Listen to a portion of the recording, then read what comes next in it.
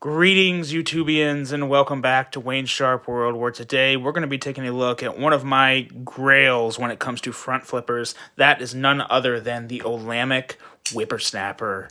Now, before I go any further in this review, I'd like to thank you all for tuning in today. If you like what you see, please do me a huge favor, hit that subscribe button, follow along, and I will continue to bring you the content. I also want to send a huge thank you out to my friend and viewer, once again, Dilo. This is another one of the 3 knives he sent in to me to take a look at and review on the channel. I greatly appreciate that, and especially this one, because this is one that I have personally wanted to check out for a long time, and I'm very happy I have it here in front of me. Now, with that being said, let's go over some specifications for this knife right here. We have an overall length of just under 7 inches, a blade length at 2.75 inches, with a cutting edge coming in at 2.25 inches. We have a blade width right around 1 inch with a blade thickness of 0.14 inches. This blade here is made from CPM 20CV, and we have a very nice, this is a Warncliffe style from Olamic. They also offer this in a sheepsfoot style as well.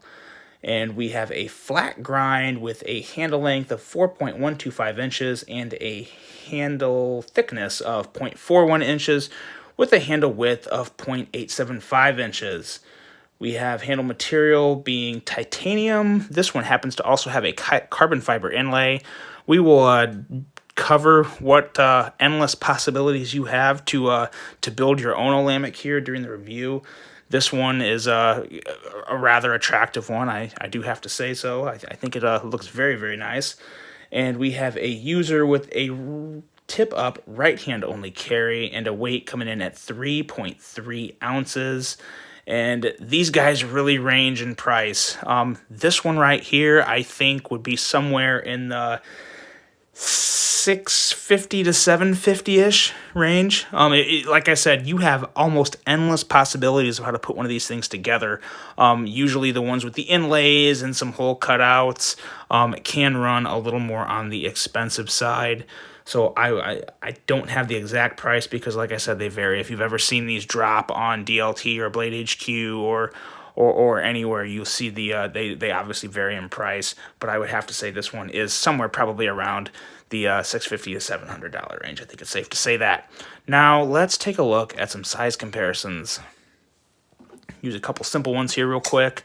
We have the Civivi Elementum, as well as the Benchmade Bug Out. And really, I mean, if you're talking width and length, you kind of have it nailed right there with just those two.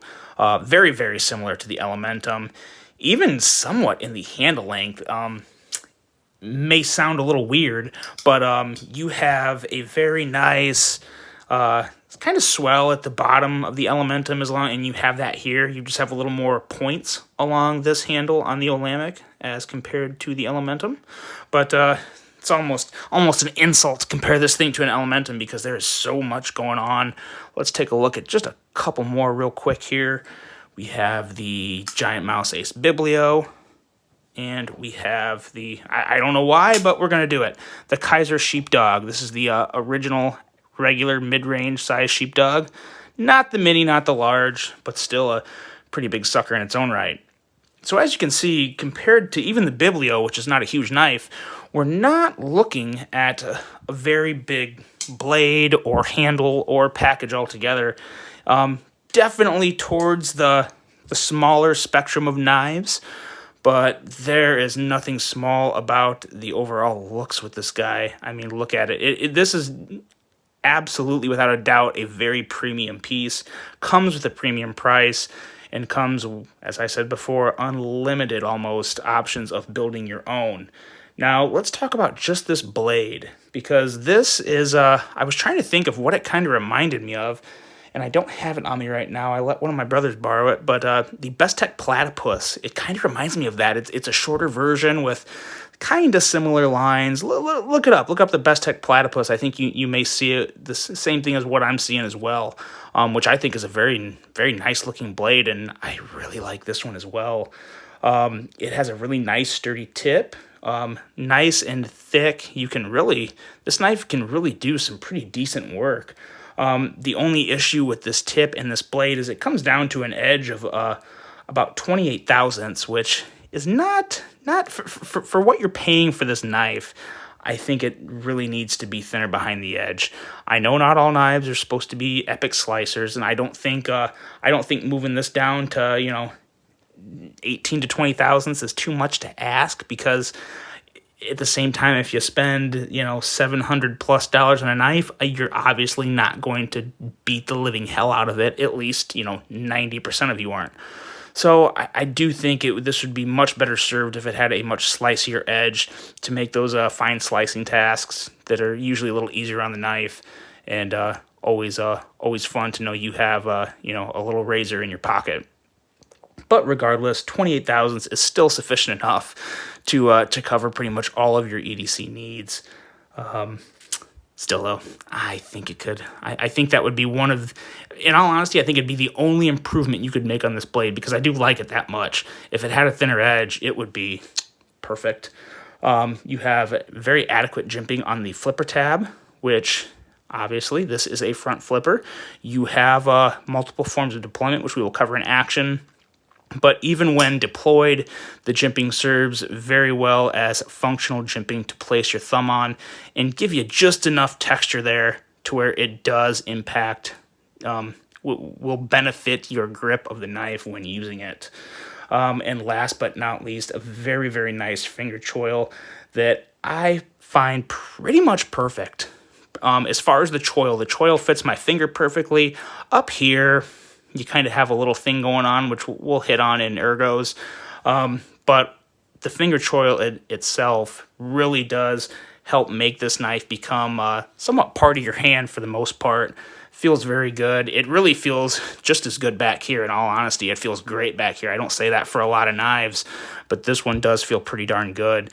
And when you move up, it does feel pretty good. And moving into handle and ergos, you do feel this. You feel it, not to where it hurts, but I wish it was flatter. I do wish it was flatter. The sheep's foot version of this blade, excuse me, you'll have to look it up, but the sheep's foot version is much flatter. I think the ergonomics on the sheep foot version would feel a lot better. But this one, even as is, doesn't feel bad. Doesn't really feel bad, but yeah, when you're paying that much money, those are the kind of things you kind of pick apart. I think aesthetically it works very well. I think aesthetically this is a super attractive knife, but when it comes to in hand, that little raise right there, probably could do without it, pressing on the thumb. But overall, with that being said, the ergos are pretty solid on this guy. This, like I said, sits well. Without this, everything behind my hand, the pocket clip doesn't feel like a hot spot. I do feel it on this one more than other pocket clips, but the way it sits, it doesn't really annoy me. Again, though, probably worth noticing that my hands are torn apart. So, it got a little rough skin, so it doesn't bother me that much. It might bother you. Worth taking a look at. But other than that, the actual build, this is where you can really get fancy with this knife, because you can do anything from carbon fiber inlays to different types of composite to organic inlays to different types of metal from Damascus and Timascus and everything in between. You can add collars, or the pivot collars up here you can do with or without those. You can anodize the holes if you want holes. If you don't want holes, you can get a solid front scale. Your options with this are really, I mean, I guess there's a limit to everything, but for all intents and purposes, they're pretty much unlimited. If you go on Olamic's website, you can build your own deck it out with the colors and handle finishes. They have, dozens of different styles and colors and finishes, from carved back spacers to all sorts of stuff that is really, it's kind of overwhelming. If you try building one, it could very well take you days, if not weeks, to build your perfect one, because there's so many options. I wish they had something that would give you a better visual to show you the exact one you're building. They don't have that. You can pick from all the options and put it together, and they'll quote you a price, and then you don't have to pay until it's actually done and you see pictures of the knife. So that's very fair the way they do it. But it would be even nicer to have that visual as you're building it on their website pop up and show that to you. That would be actually amazing. And it'd be pretty darn addictive too, I must say, because I sat on there for a while making my own. But back to this guy, back to the fit and finish is pretty spot on. As you can see, this guy, D'Lo, gives this some quality pocket time, because this is definitely showing some love marks, which is really nice. It's really nice to see on a knife this expensive. This is an everyday user for him. He's sharpened the blade, which he told me it wasn't the best sharpening job. I'll tell you what, it's probably a better sharpening job than I could do at the moment right now, so I'm not complaining about that. It was eaten through paper pretty darn well, but you can see the heavy blasting on the surface. It holds up really well. There's some small nicks and scratches from being carried in the pocket, more so on the back of the anodized spacer. But all in all, it looks really good for something that he carries as often as he does. I was talking to him about it, and he said this is definitely a user for him, and you can definitely see it. But at the same time, it's not enough to where, sometimes you get marks on your knives, to where, especially when you paid this much for it, and you're like, oh God, I just ruined it. But this knife, it patinas and uses very well as far as the marks that go on it. It looks still, after all the use he's put in it, it looks really good. The inlay is held up very well. The transition line from the carbon fiber to the titanium is very well done. Very, very, very nice fit and finish on this guy. And you should get that for what you're paying for the knife. But man, it holds up very, very well. Now the action, because the action on this guy, this is why I've always wanted to try one of these. I mean, outside of the fact that it just looks phenomenal, the action is so it's somewhere in between butter and glassy. It really is, because it has a very, I mean, listen to that. And then on the close, the click you get from it, it's like a ceramic click. It's like you're tapping ceramic. But there's so many ways. So you have your front flip, which is always fun. You have your middle finger flick, which works very well. You can slow roll this very easily, so you don't look crazy. But, I mean, you kind of have to... That slow rolling a front flipper, to me, is just... That is one of the most boring things to do. Whip that boy out just like that. But you also have this. I really, really... I love doing this. And I can't do this on any other front flipper, at least not this easy. The index finger kind of... I guess it's, I mean, this is always kind of what everyone refers to as the reach around, whatever. You can do that very well. But this kind of side shuffle, you pull out of your pocket and just pull it out like that. And that is, for me, this is easily my favorite way to deploy this blade, because it's so natural. It happens very, very easily. Very few times do I botch it. And it just, even that one, it didn't come out with full force, but it's still locked up. The middle finger flick is just as easy. You get that down, and the sounds and the feel. It's definitely not one that when you go to close it, I mean, you press the frame lock out enough, yeah, it's gonna fall, but it stops like there, and it's just shake, and it's good. It has a very, it's somewhere in between that buttery glassy feel from a knife that closes really easy, like an Arius or a Hinderer, but then it also kind of has that Sebenza feel to it, to where it really does just, it's smooth but not too slow, I guess is the best way to put it.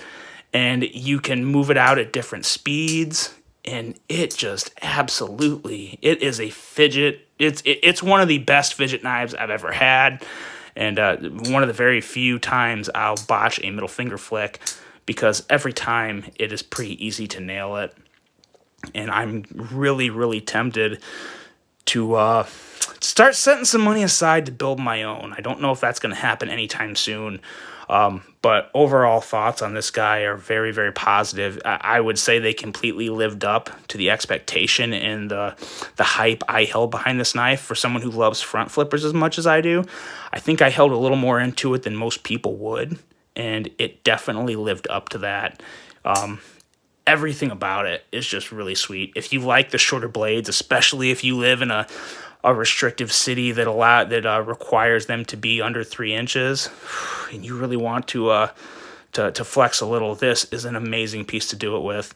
You just have so many options. That really is the hardest thing, is actually building one yourself, or you can wait and pick one up from a retailer, which is just as fine. But when you have the option to customize one, they don't charge you any extra. They charge you the same to customize one as they would if they were to put it together and sell it to DLT or Blade HQ and you pick it up from them.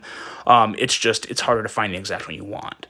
So if you're interested, I would definitely I would definitely recommend to hop on Olamic's website and check that out, because it is a super, super, super cool feature they have. Something I'm definitely going to play around with more. Someday I may make up my mind on which exact one I want to make, and who knows, maybe I will.